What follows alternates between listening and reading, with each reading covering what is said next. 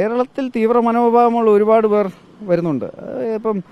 ഇപ്പം മുസ്ലിം ലീഗിൻ്റെ അതൊരു ജനാധിപത്യപരമായ പക്ഷേ ചില വർഗീയ ചുവയുള്ളൊരു പാർട്ടിയാണ്. പക്ഷേ ഇന്ന് തീവ്ര മനോഭാവമുള്ള PFI, SDPI, അതുപോലെ ഞാൻ കുറച്ച് നാളുകൾക്ക് മുമ്പ് ഹമാസ് എന്നൊരു തീവ്രവാദ സംഘടനയിലെ ഒരു വ്യക്തി, ഒരു മിഷേൽ, അദ്ദേഹം ഇവിടെ ഏതോ ഒരു സംഘടന ഇവിടെ ഇൻവൈറ്റ് ചെയ്യായിട്ട് വെർച്വലി വന്ന് അഡ്രസ്സ് ചെയ്യുകയൊക്കെ ചെയ്തു.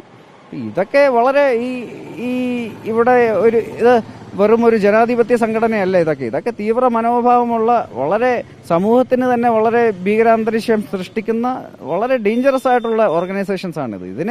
ഇതിനെ പ്രോത്സാഹിപ്പിക്കുകയാണെന്ന് കോൺഗ്രസ് പാർട്ടിയും കമ്മ്യൂണിസ്റ്റ് പാർട്ടിയും അവരുടെ നയങ്ങൾ വരി ചെയ്യുന്നത്. അത് രാജ്യത്തിനൊരു സുരക്ഷാ ഭീഷണിയാണ്. മുസ്ലിം ലീഗ് ഡേഞ്ചറസ് പാർട്ടി എന്നൊരു പരാമർശത്തിലേക്ക് പോകുന്നുണ്ടോ?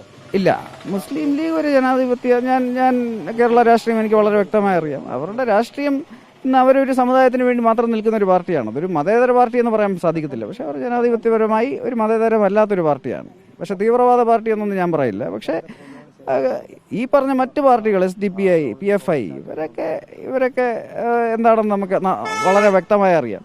ഇന്ന് SDPI പിന്തുണയും കോൺഗ്രസ് പാർട്ടിക്ക് ഇന്ന് അതിനും അവർ പല കാര്യങ്ങൾ ചെയ്യുന്നുണ്ട്. PFIയും ഒരുപാട് കാര്യങ്ങൾ ചെയ്യുന്നുണ്ട്.